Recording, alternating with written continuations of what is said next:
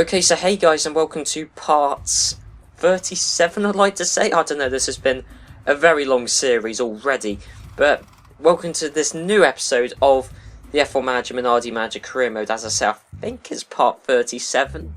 I'm not 100% sure on that. All I do know for certain is we're at the second race of the 2001 season, Interlagos, and this should be a very interesting race, just because Interlagos is actually an amazing track. So, we'll have to see how well that plays out. We'll have to see how well the race plays out. As I've already said in the last episode, Mika Hakkinen holds the race lap record here, so things are looking good for us in our 2001 campaign with Mika Hakkinen. And, well, between now and April, okay, so we got just over a month before it's the Brazilian Grand Prix. We've got to see if any news comes in. Okay, so we have got some news, and it's that Benetton are going to be using Supertec engines next year, so they are upgrading, because I believe this year they are using Petronas engines, I would like to say, but I don't know with 100% certainty whether that is actually the case, but Supertec engines, I'm pretty certain it's an upgrade from what they've got now, considering every team on the grid, apart from ourselves and Ferrari, are using very poor engines. It's good to see a team actually agreeing a half-decent engine supplier for next year. Well, Benetton Sports Systems keep on moving back and forth, and Benetton Sports Systems are now with BAR, so I believe since this series has been running, they've been with Benetton, Williams, Sauber, and now BAR. I don't know if they've been with anyone else, they might well have been. Prost comes to mind, but I don't know if they have been with Prost actually. But it doesn't matter. Now they're on the BAR, so we're going to have to look out for that sponsorship on the BAR when that comes past.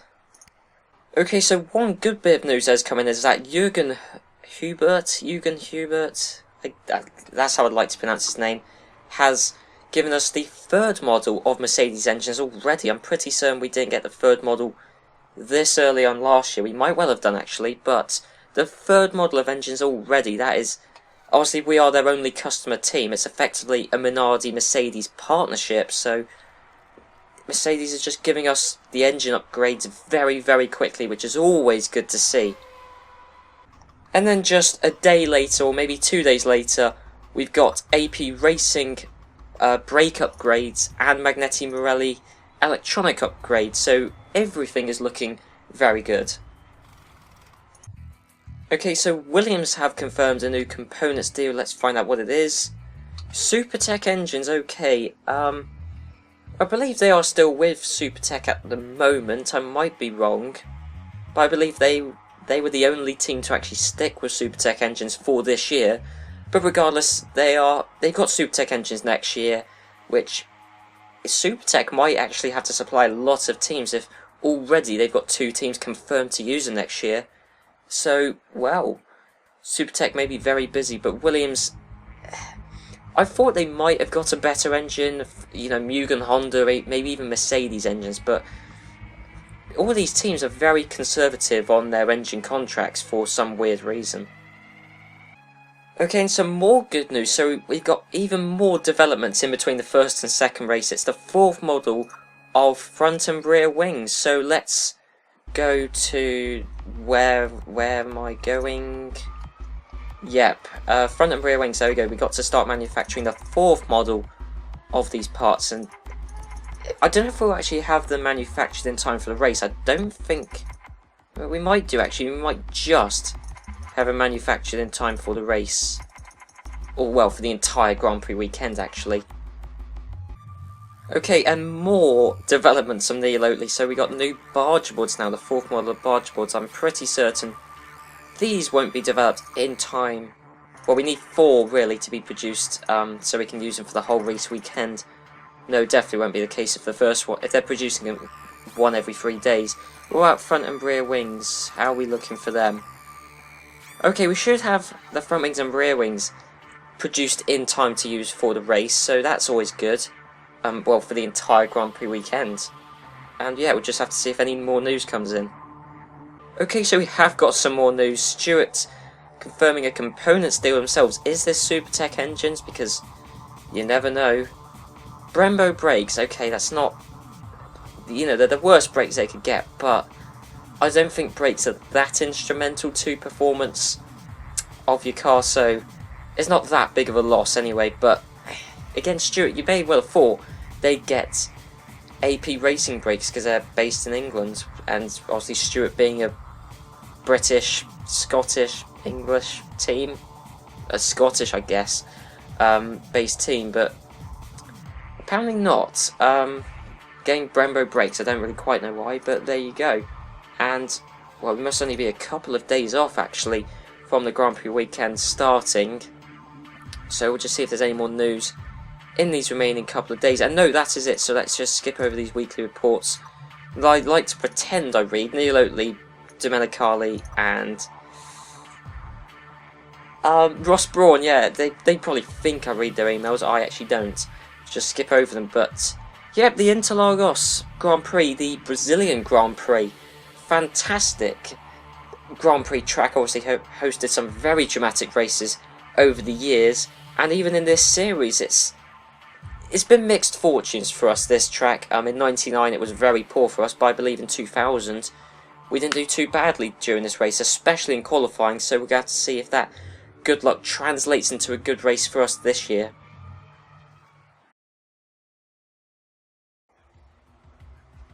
Okay, well, I can tell you one bit of bad news already, and that is, already in free practice, I forgot to replace the parts on the cars, and obviously David Coulthard had an engine failure last time out, which means, well, we didn't replace his engine, I kind of forgot to, and, well, he hasn't done any running in practice, and, yeah, Häkkinen's still out on track. I believe he's coming in this lap, yeah, and, well, David Coulthard, I'm not going to stick him in the spare car, because what's the point? What are we going to gain from that? Absolutely nothing.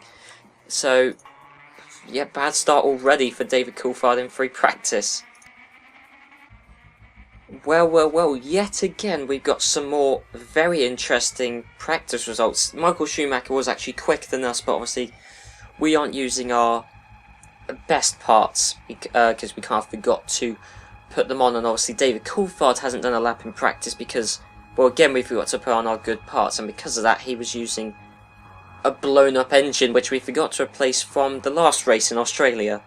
But what is interesting is the rookies. Again, Patrick Lamarie is still, in my eyes at the moment, in this very early stages, the driver of the season. He's a rookie in the sport. And now look, third quickest. Where's Fisichella?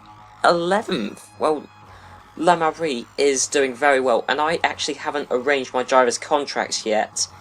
And I do need to decide on two drivers who are going to be cheaper than Häkkinen and Coulthard. And Lamarie is definitely a very interesting prospect, and I think I'm going to have to decide my drivers at the end of either at the end of this race or at the end of the next race, so we've got to keep my eye out for Lamarie. Stephen Watson's doing very well. He's right on the pace with Ralf Schumacher, which is something Takaki rarely did. Villeneuve 6th. Mika Sala's again quicker than Damon Hill. And yeah, I mean, that's about it really. Heinz-Harald Frenzen's still doing very poorly in the Ferrari because he's down in 13th. So I don't really quite know what's going on there. He's only just ahead of Jean Alesi in the Arrows, because Jean Alesi is showing how great of a driver he really is, because he's in 14th whereas teammate Marc Genet's in last. So really, it's mixed fortunes for Arrows, and well, we're just going to have to see how qualifying plays out.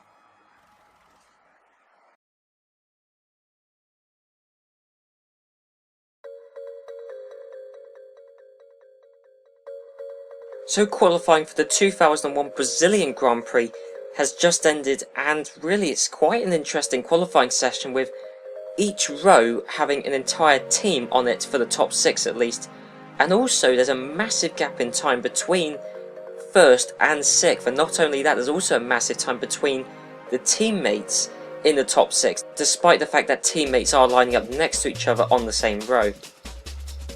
But regardless, Mika Häkkinen has taken pole position for the 2001 Brazilian Grand Prix, an absolutely dominant performance, with him saying a lap time 1.3 seconds a lap quicker than his teammate David Coulthard, showing the massive gulf in time between the two Minardi drivers. Then on the second row, it's both Ferraris, with Michael Schumacher in third and Heinz-Harald Frentzen recovering from his very poor performance in practice to line up fourth. And between both Ferrari drivers, again there's a 1.3 second a lap gap between both drivers, much like at Minardi. Then on the third row, it's both BAR drivers, with this time Giancarlo Fisichella getting the edge over his rookie teammate Patrick Lamarie, with Fisichella being over a second a lap faster than his teammates. The rookie driver Stephen Watson is 7th in the Williams, with Jacques Villeneuve in the McLaren 8th. The other Williams driver, Ralf Schumacher, is 9th, with Trulli and Della Rosa in 10th and 11th for the Jordan team. Both Stewarts sandwich Eddie Irvine in the McLaren, with Salo 12th, Irvine 13th and Hill 14th. Jean Alesi has a very good performance in the Arrows to line up 15th, especially as he's ahead of both Benetton drivers of Rubens Barrichello and Stephane Sarrazin. Next is both Sauber drivers of Pedro Diniz and Alexander Wirtz, ahead of both Prost drivers of Olivier Panis and Alessandro Zanardi. Finally, Marc Genet once again lines up last in the Arrows, with him being some 4.5 seconds a lap off of his teammate.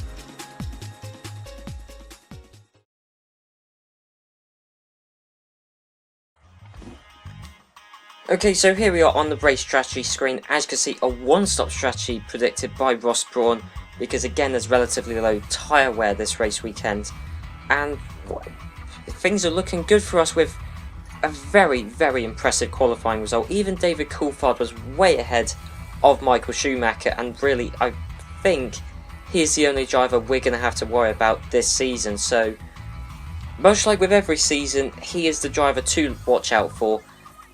So, well, let's just get this started, and let's see how much of a fight Michael Schumacher can put up to our guys.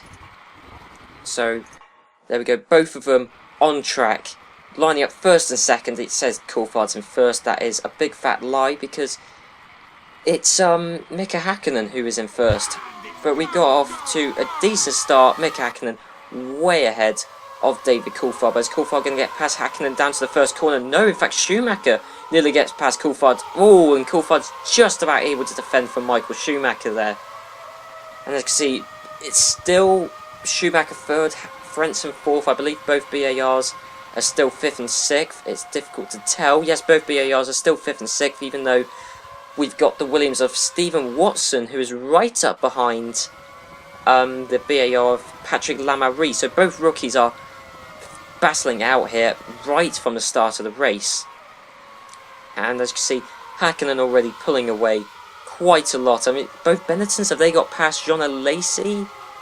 I'm not even seeing Jean Alesi. I saw an Arrows, it was quite a way down. Yeah, I think quite a few people have got past Jean Alesi at the start there, because there was an Arrows, but he's quite a way behind actually. And there's Marc Genet bringing up the rear of the field, as he's behind both Prost. Actually, one of the Prost has got past the Sauber. It's probably Olivier Panis, because as we've seen so far, this entire series, Zanardi has been shocking as a driver. Absolutely shocking. Oh no, it's Zanardi who's got past Diniz. Well, credit where credit's due. Zanardi is actually doing well for the first time this entire series. Well, maybe not the first time, but one of a few times. And already our guys have completed a lap, and we're just pulling away from the field. And now, in a response, you know, I said last episode, shall I try and get David Coulthard to win the championship? There's quite a mix of spots. Some people said don't rig the championship. Some people said, oh yes, it'll be good for David Coulthard to win the championship. And for the time being, I'm just going to leave it. I'm just going to play it out. I'm not going to rig the championship, because it might make it more fun. It will probably make it more difficult. But for the time being, I'm just going to leave it as it is. I mean, I've won the championship with Minardi before in a different save file, where I had Jacques Villeneuve and Heinz-Harald Frentzen as my drivers, and I could tell you Jacques Villeneuve was dominating the start of the season, and then he just kept on retiring in the last 5 rounds, and then Frentzen won it by about 3 points in the end. So we may see a repeat of that again. Speaking of Frentzen, he has retired with a driver error, something which I didn't often find in my save file when I had Frentzen as a Minardi driver. Damon Hill's also retired with a driver error. So things are not looking good for former Minardi drivers, at least when I've played this game anyway, former Minardi drivers. Schumacher's still a minute behind Hakkinen and about 30 seconds behind David Coulthard, so really we're looking dominant. As long as we don't have a engine failure like we did last race, which we saw for David Coulthard, we should easily get our first Minardi 1-2. There's not that many retirements at the minute. Zanardi 6 laps behind everyone else. Okay, so scrap what I said about Zanardi doing well for once. He's not doing very well at all. No, he's not. No, his teammate has lapped him. I mean, look, Zanardi 7 laps behind. De La Rosa's had suspension failure. And, well, I think Hakkinen's damn nearly lapped David Coulthard. Yeah, nearly lapped him. Okay. It's been a dominant drive for both Minardis, really. It's dominant for Hakkinen. I mean, this is becoming quite a boring season already. It's going to be Hakkinen winning all the time. Because it's not like there's really any interesting battles. I mean, both BARs are settling down nicely. Both Williams are, there's not going to be any battle between the Ferraris because Frentzen's in a different league to Schumacher and he's retired anyway. I mean, Charlotte Lacey's in 13th. We may see some Arrows score some decent points later on this series. Imola's entirely possible. Hakkinen with a barge board failure. Okay. Right, well, car reliability this season seems to be much worse than it was in any other season we've done so far. Because we've had an engine failure in Australia and now a barge board failure.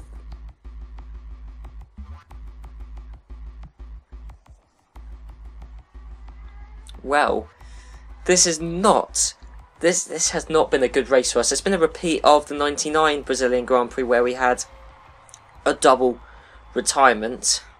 Barge boards are to blame this time though.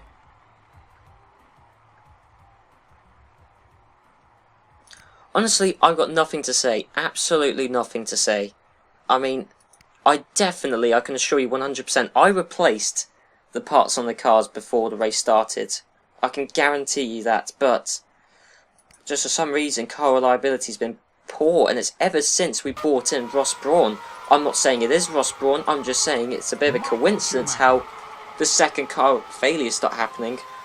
Ross Brawn's been our technical director. I mean, of course, the car failure in Australia was an engine failure, and really that is Mercedes to blame for that, but I don't know why. Maybe it's Neil Oatley's chassis is very marginal reliability. I mean, generally in Formula 1, extreme pace does mean poor reliability. That is generally how it works, because you put the stresses on everything.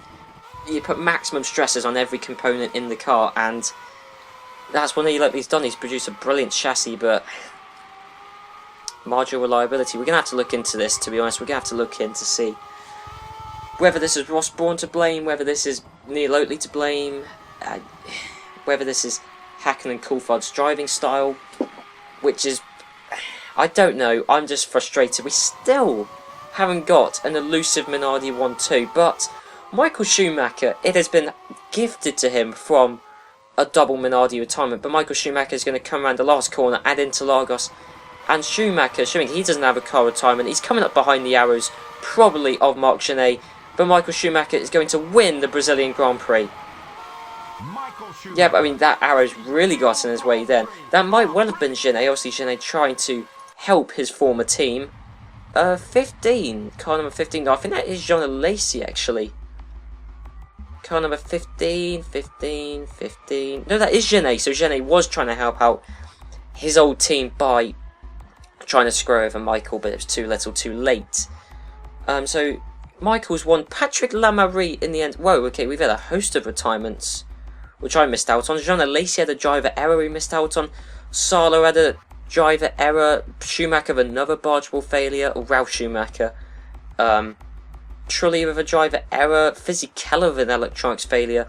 That is cruel. An electronics failure for Fisichella, which means Patrick Lamarie has taken second place at the Brazilian Grand Prix. It was looking like it was going to be Fisichella, but a car failure for him. Stephen Watson in third, which again it may well have been Schumacher if Schumacher didn't retire. But then again, I think Watson was actually ahead of Ralf Schumacher throughout most of the race anyway. Jacques Villeneuve in fourth, Eddie Irvine in fifth, so it's a double McLaren points finish. And then Bruns Barrichello in sixth, the last points for Benetton. And really, I'm not elated about that race, let's put it that way, not elated. The only positive I can think of to say, the only positive, is Marc Genet, our former driver, did finish ninth, ahead of both Prost. I mean, that's good to see from our former driver. And Stephane Sarrazin, who obviously did replace Luca Badoer in the real-life 99 Brazilian Grand Prix, damn nearly scored a point. I'm going to be really happy when Sarrazin scores a point. May well happen in Nürburgring or Imola or Japan, where we generally see lots of retirements, but not elated about that race. I can tell you 100% certainty I did replace the parts at the start of the race, but it's like the 99 race where we replaced the parts at the start of the race, but we just had a double retirement. And although that might have been a driver error for our guys back in 99, but we definitely had a double retirement. I remember that was not. And again in 99 they were within a couple of laps of each other, and were 8 laps, separated by 8 laps. Coulthard and Hackenen's retirement. Michael Schumacher wins at Brazil. Yes, we already know that. Yeah, well, what can I say? Race reports. Again, the tech races between us mainly. BAR do have the most advanced suspension though, and Ferrari do have the most advanced side pods. Ross Brawn, yeah, every part's heavily worn, I get that. And Stefano Domenicali, yeah, no one was impressed by a performance at Brazil. I'm not elated about that. But what can I say? Well, let's look at the championship standings. Schumacher's only 6 points ahead of Hakkinen. That is one positive we can take away from this. And Lamarie's on the same points as Mika Hakkinen, and David Coulthard still no points. You know it's bad when Stephen Watson has scored more points than David Coulthard, but what can I say? Constructors standings, yeah, BAR's overtaken us. I mean, we got to remember there's 16 races this season. Just because we've done poorly in 2 of them doesn't really mean anything yet. Manager ratings, yeah, my manager ratings will be way down. Craig Pollock, the manager of BAR, is the most highly rated manager. Ron Dennis, maybe a bit overrated there, but I mean, I guess he was the only team manager last race to get a double points finish. So, actually, in fact, one of the few teams actually to get a double finish. I believe the only other teams that did were Benetton and Prost. So, that's an achievement. Yeah, I mean, what can I say? Really, what can I say? But next race, the Imola Grand Prix, the San Marino Grand Prix. Now, this is what I've been looking forward to. Obviously, a lot of good memories for us. It's the team's second home race. It's also the race where we got our first points back in '99, and is the race where we got our first race win. So let's see if we can create another first. If we can get our first Minardi 1-2, we've had all sorts of other firsts at Imola. Now, if there's a race where we're going to take a proper charge, take a proper two-hand grip on the Drivers' and Constructors' Championship, Imola is surely going to be it. Obviously, Imola's also the second home race for Ferrari, but historically this track has favoured us much more than Ferrari, so I'm looking forward to that race. And if this race doesn't go well for us, I don't think any race is going to be honest. So yeah, I'm looking forward to San Marino Grand Prix. Hopefully it can be the track where we redeem ourselves, and it's also the race where I'm going to have to finally decide which drivers to sign. I've got a few drivers in my head, but it's too early to call yet. I might have to leave it till after the San Marino Grand Prix to make my final judgments on which drivers to get for next year. And well, you know, it's a very interesting Grand Prix. There's a lot of weight on it, because if we don't do well, then well, could be championship charge, well, not over, but definitely massively hurt. And so yeah, I'll see you guys for the San Marino Grand Prix. So I'll see you then.